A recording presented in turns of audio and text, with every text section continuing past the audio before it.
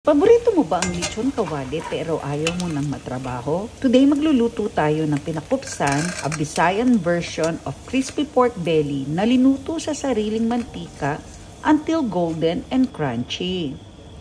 I-slice ang liampo into about 2-inch pieces at timplahan ng asin ayon sa panlasa.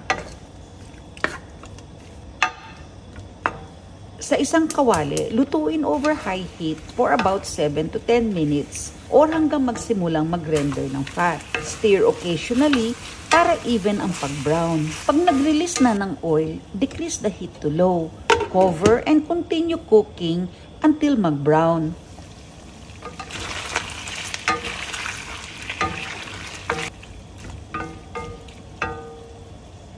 Stir occasionally at huwag lakasan ang apoy para hindi masunog.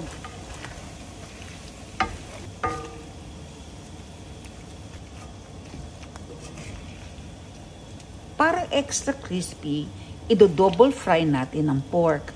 Alisin sa pan at let rest for about 3 to 5 minutes. Linisin ng oil of any sediments at painitin. Ibalik ang pork and deep fry until golden and crunchy.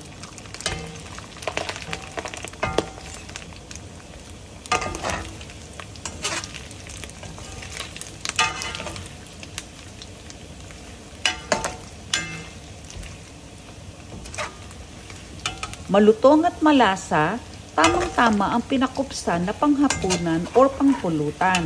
Masarap na terno with steamed rice at spicy vinegar sausawan. Kung nagustuhan mo itong video, pakishare mo naman sa mga kaibigan mo.